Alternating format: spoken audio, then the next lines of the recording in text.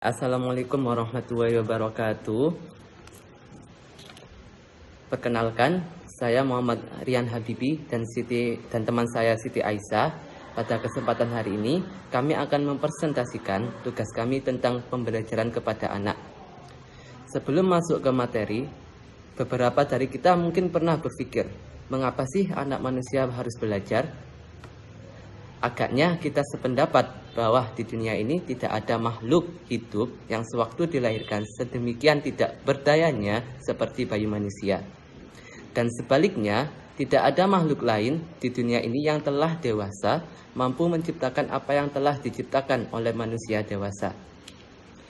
Jika bayi manusia yang baru dilahirkan tidak mendapat bantuan dari manusia dewasa yang lain, tidak belajar, maka binasalah dia. Ia tidak mampu hidup sebagai manusia jika ia tidak dididik atau diajar oleh manusia. Sebelum kita membahas lebih lanjut lagi tentang pembelajaran pada anak, ada baiknya kita mengetahui dulu tentang pengertian belajar. Di sini ada beberapa orang yang telah mengemukakan tentang definisi belajar.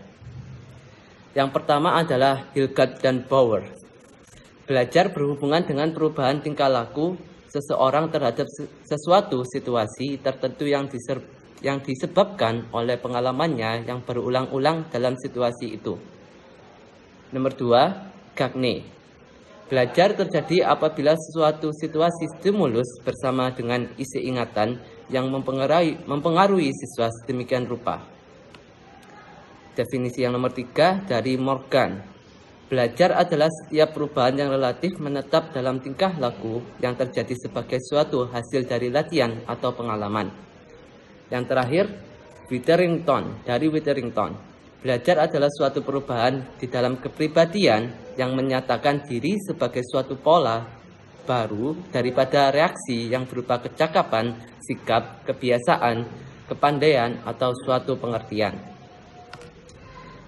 Dari beberapa definisi tersebut, kita dapat mengambil kesimpulan bahwa belajar merupakan perubahan tingkah laku, di mana perubahan itu dapat mengarah ke tingkah laku yang lebih baik, tetapi tidak menutup kemungkinan mengarah ke tingkah laku yang lebih buruk.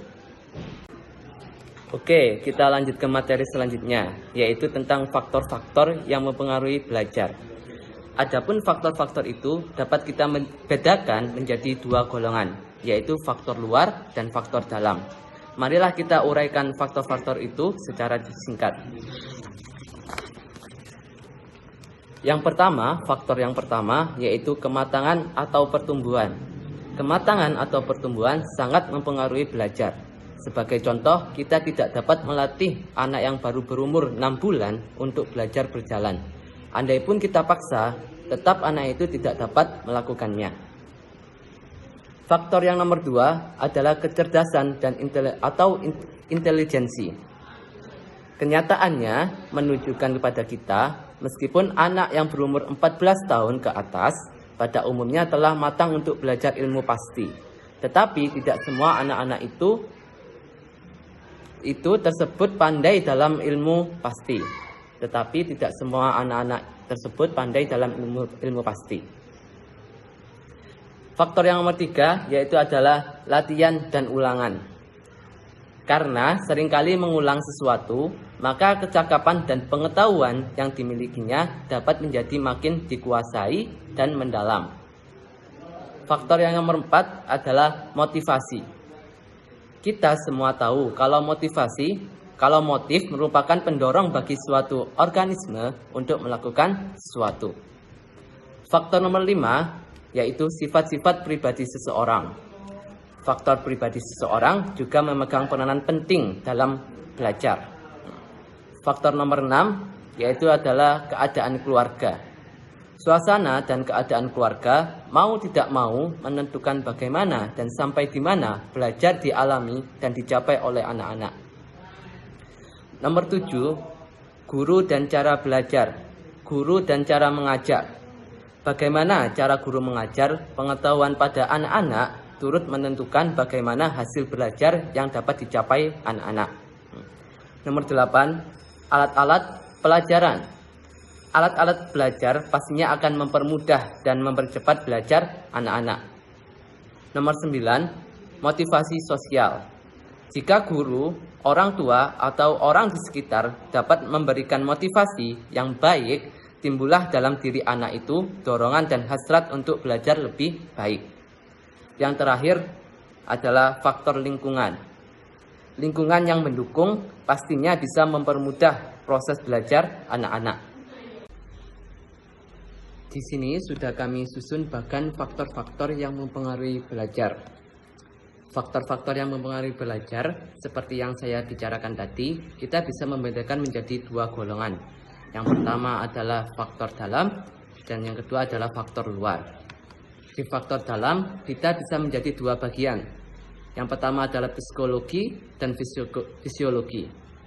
Di psikologi terdapat faktor bakat, minat, motivasi, dan kemampuan kognitif. Sedangkan di fisiologi terdapat kondisi fisik dan kondisi panca indera. Di faktor luar kita juga bisa membagi menjadi dua bagian, yaitu instrumental dan lingkungan. Di faktor instrumental terdapat kurikulum, pengajar, sarana dan fasilitas, dan manajemen. Sedangkan di lingkungan terdapat alam dan sosial. Untuk selanjutnya akan diteruskan oleh teman saya, yaitu Siti Aisyah. Pada Siti Aisyah, time is yours. Cara belajar yang baik adalah keseluruhan kepada bagian whole to part method. Yang kedua, keseluruhan lawan bagian atau whole versus part method. Yang ketiga, campuran antara keseluruhan dan bagian, mediating method. Keseluruhan kepada bagian yaitu maksudnya metode yang kita harus memulai dulu dari keseluruhan, kemudian baru mendetail kepada bagian-bagiannya. Yang kedua, keseluruhan lawan bagian. Metode ini digunakan untuk bahan-bahan pelajaran yang skopnya tidak terlalu luas. Yang ketiga, campuran antara keseluruhan dan bagian. Metode ini baik digunakan untuk bahan-bahan pelajaran yang skopnya sangat luas atau sukar-sukar.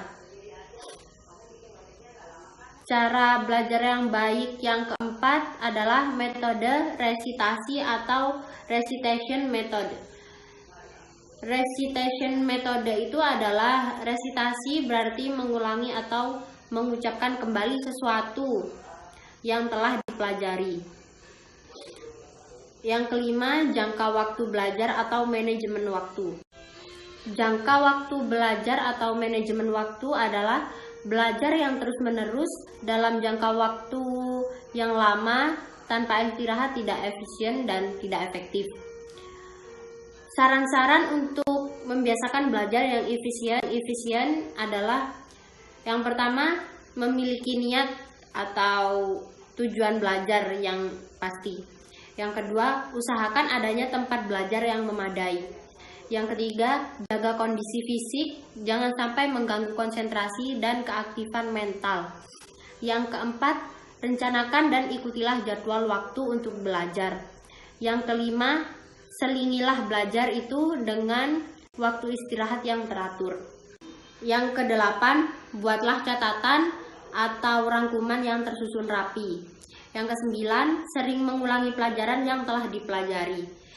Yang ke-10 atau yang terakhir, selalu menganalisa kebiasaan belajar yang dilakukan dan cobalah untuk memperbaiki kelemahan-kelemahannya. Sekian presentasi dari saya, kurang lebihnya saya mohon maaf.